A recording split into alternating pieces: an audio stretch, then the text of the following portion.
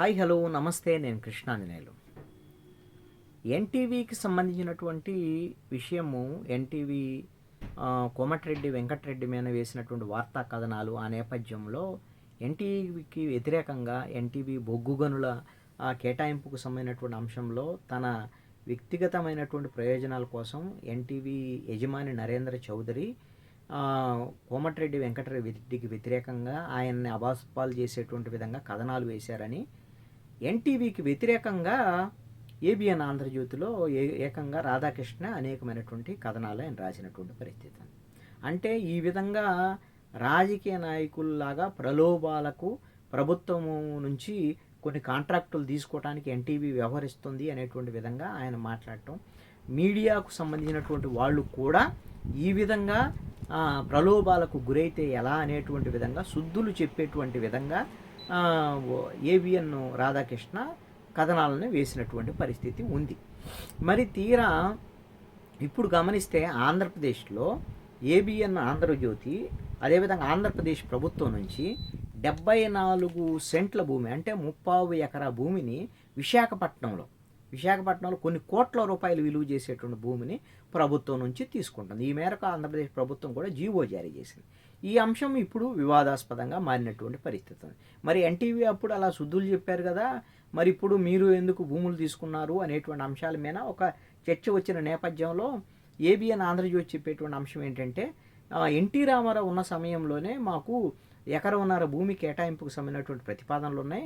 2017లో TDP ప్రభుత్వం ఎకరన్నర భూమి మాకు ఇచ్చింది. దాంట్లో నేషనల్ హైవేకి సంబంధించినటువంటి బఫర్ జోన్లో ఒక సగం భూమి వెళ్ళిపోయింది. అందుకోసమనే దానికి కాంపెన్సేషన్ ఇవ్వాలని మేము దరఖాస్తు చేసుకున్నాం. అందుకు అనుగుణంగానే ఇప్పుడు ఈ 74 సెంట్లకు సంబంధించినటువంటి భూమిని ప్రభుత్వం కేటాయించింది. దీనికి అయితే మాకు ఎకరన్నర ఫస్ట్ కేటాయించినప్పుడే 50 లక్షల రూపాయలు మేము చెల్లించాము, మేమేం ఊరికి తీసుకోవటం లేదు అనేటువంటి విధంగా ఆంధ్రజ్యోతి యాజమాన్యం చెప్తున్నటువంటి మాట. అయితే మరి ఎప్పుడు 50 లక్షలు ఎప్పుడో కట్టారని 2017 ఏం చెప్తున్నారు. ఇది కోట్ల రూపాయలు విలువ చేసే భూమి.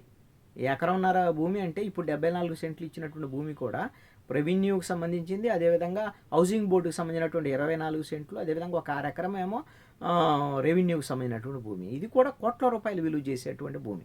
ఈ విధంగా తమకు అనుకూలమైనటువంటి ప్రభుత్వం ఉంది కాబట్టి ఈ ప్రభుత్వం దగ్గర తాము అనుకూలంగా ఉండి ప్రభుత్వం నుంచి ఈ విధంగా భూమిని లబ్ధి పొందారు అనేటువంటి విమర్శలు కూడా ఇప్పుడు ఏబిఎన్ మీద వస్తుంది. ఒక రకంగా ఇప్పుడు మీడియా, రాజకీయ నాయకులు, ప్రభుత్వాలు, ప్రతిపక్షాలు ఇలాగా ఎవరికి అవకాశం ఉన్నప్పుడు రాజకీయ నాయకులు మీడియాలు ములాఖత్ అయిపోయి ఈ విధంగా రాజకీయాల్లోకి మీడియా రావటం, మీడియాలోకి రాజకీయ నాయకులు రావటం, అదేవిధంగా ప్రభుత్వాలను ఉపయోగించుకొని కాంట్రాక్టులు పొందటము, అదేవిధంగా భూములు తీసుకోవటం, ఇలాంటి అంశాల మీద వీళ్ళు ప్రజల తరపున ఏం పోరాడతారు అనేటువంటి చర్చ అయితే ఖచ్చితంగా వస్తుంది. అదేవిధంగా మీడియాలకు సంబంధించినటువంటి వాళ్ళు పదవులు తీసుకునేటువంటి పరిస్థితి కూడా ఉంటుంది.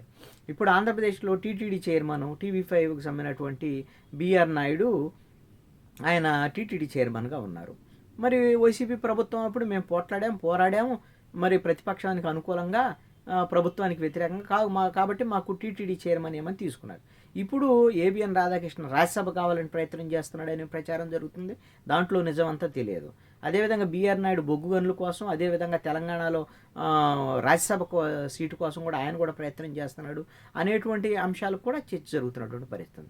ఈ విధంగా మీడియాకు సంబంధించినటువంటి వాళ్ళు ప్రలోభాలకు గురైతే ఇక ప్రజల తరపున ఏం పోరాడతారు, ప్రజలకి ప్రభుత్వానికి మధ్య వారధిలాగా ఎలా పనిచేస్తారు, ప్రజల గొంతుకుగా ఎలా పనిచేస్తారు అనేటువంటి చర్చ ఖచ్చితంగా వస్తుంది. మీడియాలు కూడా ఎక్కడికక్కడ ఎవరికి వాళ్ళు కొంతమంది ఆ పార్టీకి అనుకూలంగా, కొంతమంది ఈ పార్టీకి అనుకూలంగా, కొన్ని పార్టీలకు వ్యతిరేకంగా మీడియా తయారైనటువంటి పరిస్థితిలో ఈ రోజున ప్రజలు కూడా మీడియాలను నమ్మేటువంటి స్థితిలో లేనటువంటి పరిస్థితి ఈ రోజున కొనసాగుతోంది. సోషల్ మీడియాను కూడా ఈ విధంగా రాజకీయ పార్టీలు కొంతమంది మేనేజ్ చేస్తున్నటువంటి పరిస్థితుల్లో అలాంటి అంశాలే ప్రచారంలో ఉంటున్నటువంటి పరిస్థితి కూడా ఉంటుంది. అందుకని ఇప్పుడు ఏది నమ్మాలో ఏది నమ్మకూడదో పరిస్థితి ప్రజలకి తలెత్తినటువంటి స్థితి.